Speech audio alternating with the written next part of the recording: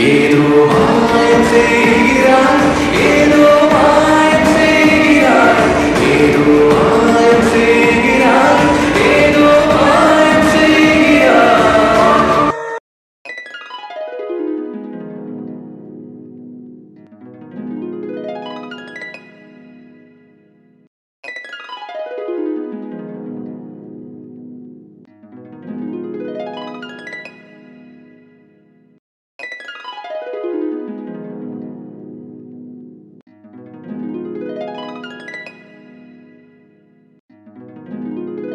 உசுரே நீதானே நீதானே நிழலாவும் கூடதானே எதுவும் வேணாமே வேணாமே முடிவும் கூடதானே.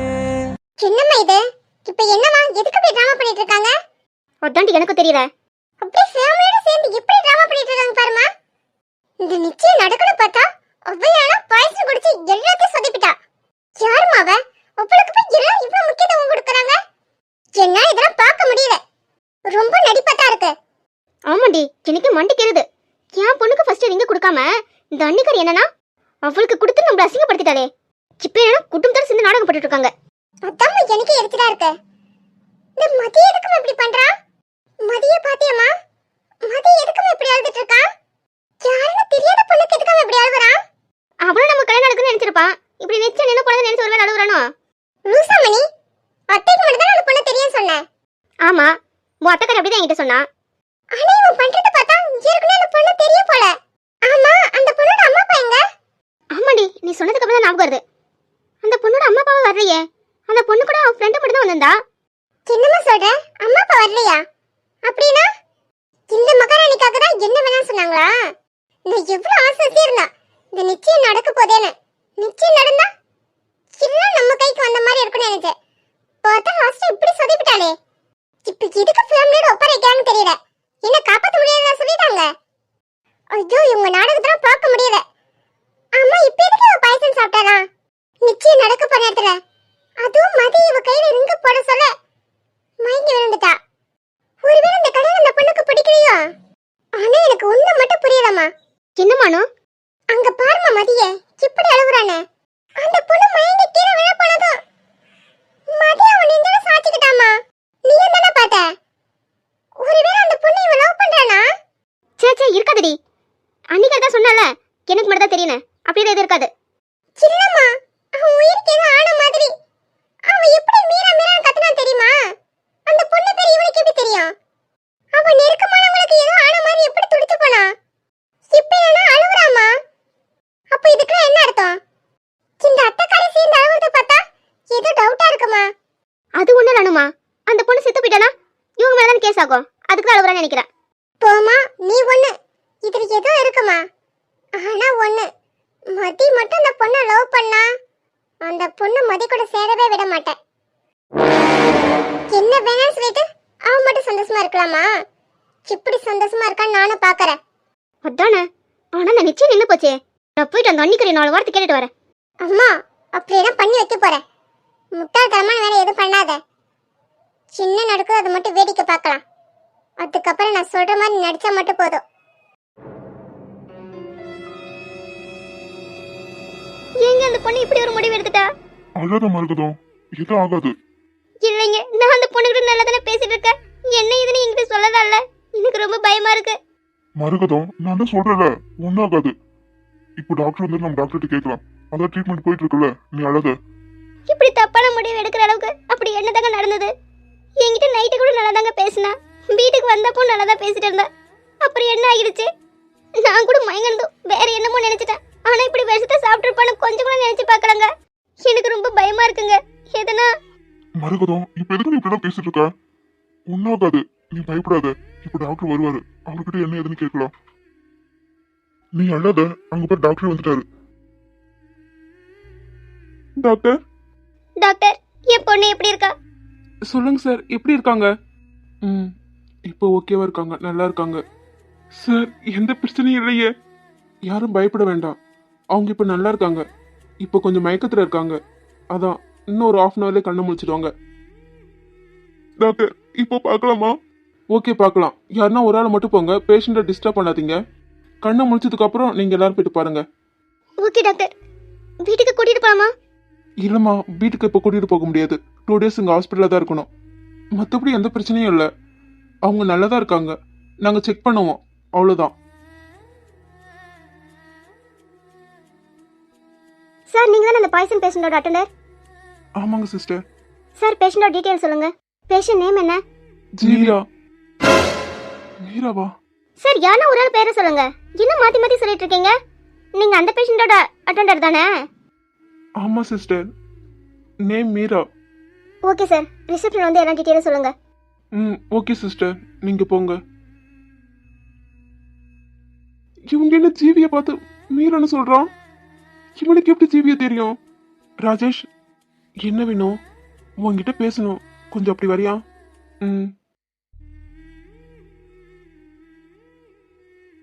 அம்மா, அம்மா, என்ன எதுக்கு அழுதுட்டு இருக்கீங்க? அதான் ஒன்றும் சொல்லிட்டாங்களே, அப்புறம் என்ன? அழாதீங்க. அம்மா, உங்களுக்கு எப்படி மீராவை தெரியும்? மீரா நம்ம கம்பெனியில் தான் ஒர்க் பண்ணுறாங்க. இப்போ கொஞ்ச நாளைக்கு முன்னாடி தான் வந்தாங்க. மீரா தான் மதிக்க பார்த்து போனோன்னு ஏன் என்கிட்ட சொல்லலை? சொல்லுங்கம்மா, உங்களுக்கு எப்படி மீராவை தெரியும்? நான் கூட உங்ககிட்ட கேட்டல பொண்ணு யாருமான்னு. நீங்கள் அப்போ கூட சொல்லலையே மீரா தான் மதிக்க பார்த்து பொண்ணுன்னு. சொல்லுங்கம்மா, நீங்கள் எப்போ பார்த்தீங்க? எப்போ முடிவு பண்ணீங்க? அவங்க இங்கே வந்து கொஞ்ச நாள் தான் ஆகுது, அதுக்குள்ளே எப்படி நீங்கள் முடிவு பண்ணலாம்? மீரா அங்க வேலைக்கு வரதுக்கு முன்னாடியே எங்களுக்கு தெரியும்.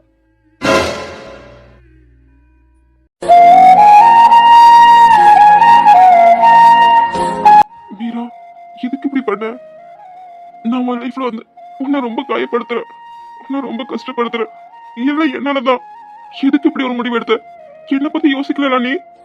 நீ இப்படி பண்ணா நான் எவ்வளவு காயப்படணும் உனக்கு தெரியல. என்ன இப்படி குற்றவாளத்துல தள்ளிட்டியே? உனக்கு ஒண்ணுனா என்னால தாங்க முடியாதுடி. அதையே உனக்கு புரிய மாட்டேங்குது. தேங்காடு எதுவும் ஆகல. எதுனா தப்பா நடந்திருந்தா என்னால நான் எப்பயும் உன் கூடவே இருப்பேன், ஒரு ஃப்ரெண்டா. ஆனா என்னால உன்னை என்னோட லைஃப் பார்ட்னரா நினைச்சு கூட பார்க்க முடியாது. அதை நான் பல முறை உங்ககிட்ட சொல்லிட்டேன். ஆனா நீ அதை புரிஞ்சுக்கிற மனநிலைமையே இல்லை. ஆனா இப்போ ஒரேடியா விட்டுட்டு போலான்னு முடிவு பண்ணிட்டல. எதுக்கு இப்படி பண்ண? இது எல்லாத்துக்கும் காரணம் நான் தான். இல்ல என்னாலதான். நான் மட்டும் உன் லைஃப்ல வராம இருந்திருந்தா, நீ பாய்சன் சாப்பிட்டது தெரிஞ்சதும் என் இதயமே நின்ன மாதிரி ஆகிடுச்சு. நான் எவ்வளவு துடிச்சு போயிட்டேன் தெரியுமா, உனக்கு எதுவும் ஆகக்கூடாதுன்னு. என் நெஞ்சமும் முன் போல அல்ல, ஏதோ மாற்றம், நிலை புரியாத தோற்றம். இது நிரந்தரமல்ல, மாறிவிடும் மனநிலைதான். மனதிலே 300 உணர்வுகள் மலர்ந்ததே, முத்தான உறவுகள் திறந்ததே, தன்னாலே கதவுகள் நமக்கு முன்னாலே. தேகம் இப்போது உணர்ந்தது தென்றல், என் மீது படர்ந்தது மோகம், முன்னேறி வருகிறது முன்னே. ராஜேஷ் மதியத்துக்கு இப்படி அழுகுறாங்க. ஜிவி உங்களுக்கு முன்னாடி தெரியுமா? ஆனா ராஜேஷ் மீரான்னு சொல்றானே. இவங்க 2 பேரும் எதுக்கு இப்ப சம்பந்தமே இல்லாம இப்படி அழுகுறாங்க? எனக்கு ஒன்றும் புரியல. ராஜேஷ், இந்த பொண்ணு யாரு? மதி எதுக்கு இந்த பொண்ணுக்காக இப்படி அழுகுறான்? எப்படி வேணும் அழாம இருப்பான்? எனக்கு புரியல. அவன் நிச்சயம் நிறுத்தணும் தானே சொல்லிட்டு இருந்தான். இப்பதான் நிச்சயம் நின்றுடுச்சுல, அப்புறம் எதுக்கு அழுகுறான்? இந்த பொண்ணு யாரு? இது வேற யாரும் இல்ல, மீரா. மீராவா? ஆமா, மீரா. எனக்கு தங்கச்சி மாதிரி. தங்கச்சி மாதிரி என்ன? என் கூட பிறந்த தங்கச்சியை தான் பாக்குற. நான் கூட உங்ககிட்ட சொல்லியிருக்கல மீரான்னு. அது வேற யாரும் இல்ல, இவதான். என்ன வேலை பார்த்திருக்கா பாத்தியா? நிச்சயம் நடக்க கூடாதுன்னு இவ உயிர் விடவே போயிட்டா. எனக்கு புரியல. அந்த பொண்ணுக்குதான் மதிய பிடிக்கும்ல, அப்புறம் ஏன் மீராவுக்கு பிடிக்கும்? இவனை மட்டும்தான் பிடிக்கும். ஆனா மதிக்கு இது இஷ்டம் இல்லையே. மீரா உயிரே மதிதான். மதிக்காக உயிரை விடவே போயிட்டா. ஐயோ, இப்ப என்னதான் சொல்றான்?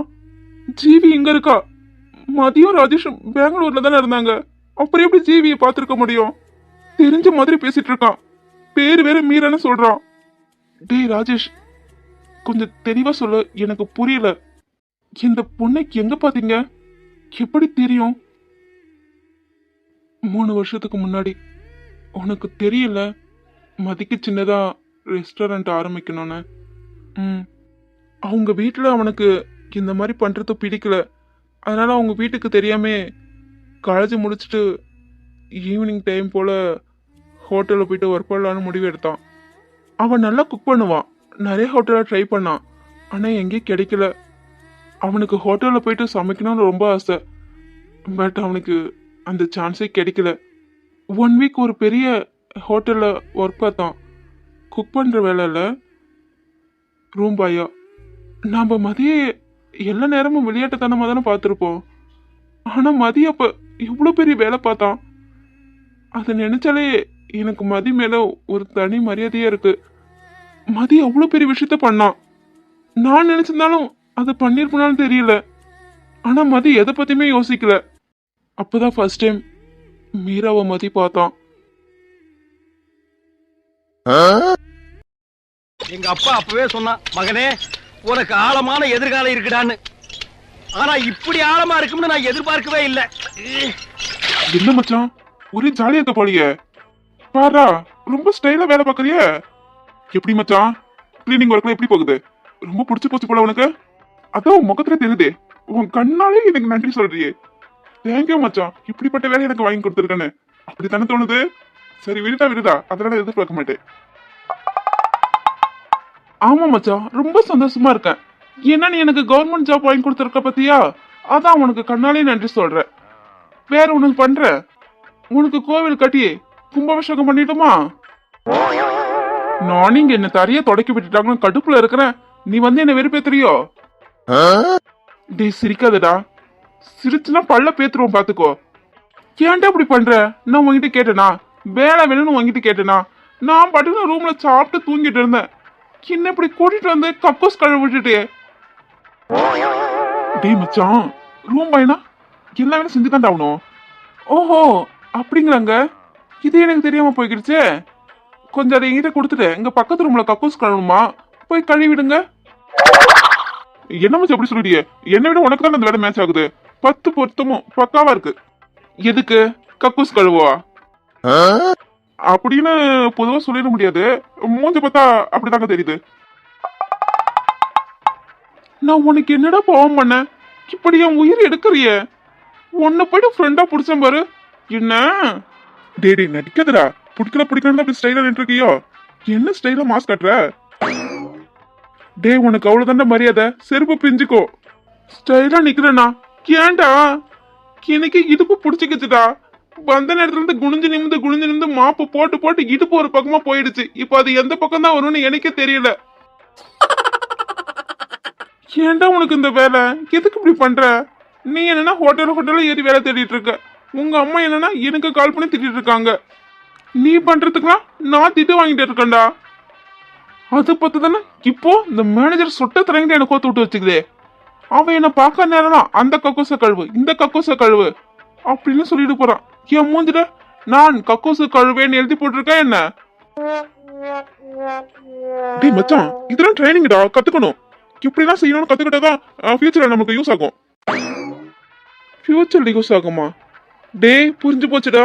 உன் பிளான் என்னன்னு புரிஞ்சு போச்சு. அதெல்லாம் என்கிட்ட வேலைக்கு ஆகாது. விட்ட கக்கூஸ் கழுவே தத்து கொடுத்துருவான் போல. டேய் உனக்கு ஹோட்டல் தானே ஸ்டார்ட் பண்ணணும். நீ மன ஸ்டார்ட் பண்ணாண்டா. இப்படி ஏன்டா ஹோட்டலா வந்து ஏன் உயிரை எடுக்கிற? மச்சான் உனக்கு புரியல. இந்த மாதிரி ஹோட்டல்ல வந்து ஒர்க் பண்ணாதான்டா நம்ம ஹோட்டல் எப்படி மெயின்டைன் பண்ண முடியும் நமக்கு தெரியும். அதுக்காக தான்.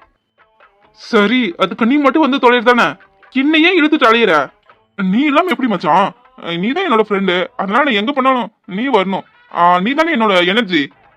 அப்போ சுடுகாட்டுக்கு போனாலே என்ன விட மாட்டேன், அப்படித்தானே? எஸ் மச்சான், நான் உன்னை எப்பயும் விட மாட்டேன். எங்க போனாலும் உனக்கு கூட்டிகிட்டே போவேன். இல்ல நீ தான் என் உயிர் தோழல. அதான்டா ஏழிய கூட வச்சுட்டு சுத்தரம் பத்தியா. எனக்கு இது தேவைதான். ஒன்னும் இங்க பாரு மச்சி, நான் கையேந்தி பவன் ஸ்டார்ட் பண்ணாலும் அதுல கறி கொண்ட கழுவுறது நீ தான்டா இருப்ப. என்ன மச்சான் வரட்டா? Customer waiting. அச்சோ இப்படி பார்க்காத மச்சான். எனக்கு ஒரே வெக்கமா வருதுல்ல. மச்சி நல்லா தண்ணி போட்டு தொடி. என்ன வரேன். நான் எங்க இப்படி இருக்க வேண்டிய ஆளு என்ன கூட்டிட்டு வந்து இப்படி கக்கூஸ் கழுவி விட்டுட்டானே. இது பார்த்தாதான் அவன் ஹோட்டல் கறி குண்டை வேற கழுவணுமா. பட்டு கருப்பட்டிய வாசமுள்ள ரோசாவா கட்டரும்பு மொச்சுதுன்னு சொன்னாங்க. அதான் மொச்சிருச்சுல, மூடிட்டு வேலைய பாடுறா. ரொம்ப ஸ்ட்ரிக்டான கம்பெனியா இருக்குமோ? வேலைக்கு வந்தா அப்படித்தான் மிரட்டு வாங்கி போட்டிருக்கு. Excuse me sir. என்ன டோர் ஓப்பன்ல இருக்கு? உள்ள இருந்து யாரும் பேசுற சவுண்டே கேட்கல. மேனேஜர் சீக்கிரம் கொண்டு போங்கன்னு சொன்னாங்க. ரொம்ப பசியில் இருக்கிறதால ஓப்பன்ல வச்சிருக்காங்களோ? சரி, நம்ம உள்ள கொண்டு போய் கொடுத்துட்டு வந்துடலாம்.